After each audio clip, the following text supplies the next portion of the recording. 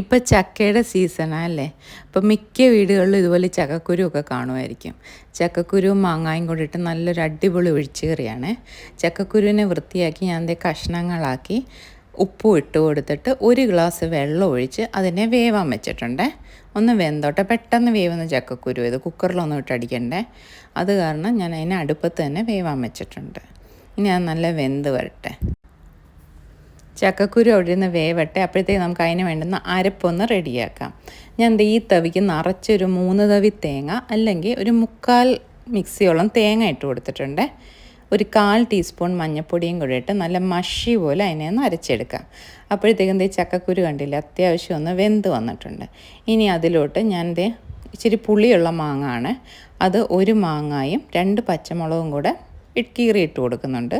അതിലോട്ട് ഒരു 1/2 ടീസ്പൂൺ മുളക് പൊടി, 1/4 ടീസ്പൂൺ മഞ്ഞൾപ്പൊടി, ഇതെല്ലാം കൂടെ കിടന്ന് നല്ലപോലെ ഒന്ന് വെന്ത് തിളച്ച് വരട്ടെ കേട്ടോ.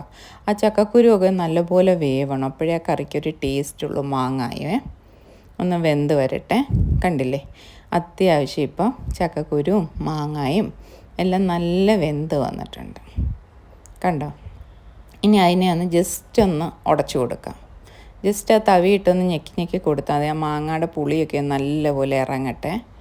കണ്ടില്ലേ, ഇങ്ങനെ ഒന്ന് ഉടച്ചു കൊടുത്തിട്ട് ഇനി അരപ്പൊഴിക്കാം. ആ തേങ്ങ അരച്ച് വെച്ചില്ലേ, ആ അരപ്പ് അങ്ങോട്ട് ഒഴിച്ച് നിങ്ങളുടെ ചാറിനനുസരിച്ച് വെള്ളം ഒഴിച്ച് കൊടുത്തോവേ. ഞാൻ ഒത്തിരി ചാറ് പോലെ ആക്കുന്നില്ല, ഇച്ചിരി അതിങ്ങനെ പിറക്കി തിന്നത്തക്ക രീതിയിൽ ഞാൻ ഉണ്ടാക്കുന്നത്. കണ്ടില്ലേ, ഇത്രയും വെള്ളം മാത്രമേ ഞാൻ ഒഴിക്കുന്നുള്ളൂ. ഉപ്പ് ഇച്ചിരി കുറവായത് ഞാൻ ഉപ്പും കൂടി ഇട്ട് കൊടുത്ത് ഒന്ന് തിളച്ച് വന്നപ്പോഴത്തേക്കും ഗ്യാസ് ഓഫാക്കി അവിടെ അടച്ച് മാറ്റി വെച്ച്. ഇനി ഒന്നുമില്ല, ചട്ടി അടുപ്പത്ത് വെച്ച് വെളിച്ചെണ്ണ ഒഴിച്ച് കടുകും ഉണക്കമുളകും വേപ്പിലയൊക്കെ ഇട്ട് നല്ല പൊട്ടുമ്പം താളിച്ചങ്ങോട്ട് ഒഴിച്ചു കൊടുത്താൽ മതി.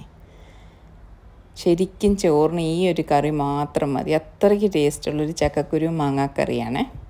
മിക്കവരുടെയും വീട്ടിൽ ചക്കക്കുരുവൊക്കെ കാണുമായിരിക്കും. ഒന്ന് ട്രൈ ചെയ്ത് നോക്കുക കേട്ടോ. നമുക്ക് പെട്ടെന്ന് ഉണ്ടാക്കാൻ പറ്റുന്നൊരു കറിയാണ്. കണ്ടില്ലേ, താളിച്ചൊക്കെ ഒഴിച്ച് നല്ല സൂപ്പർ ടേസ്റ്റി ഒരു കറി.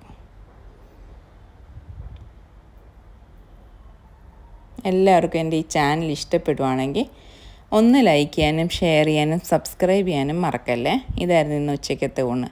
ചെറിയ മത്തിക്കറി, കോവയ്ക്ക മെഴുക്കുവരട്ടി, കിഴങ്ങ് മെഴുക്കുവരട്ടി, ചക്കക്കുരു മാങ്ങാക്കറി, മത്തി പൊരിച്ചത് എല്ലാം കൂടെ കൂട്ടി നല്ലൊരു ഉച്ചയൂണായിരുന്നു.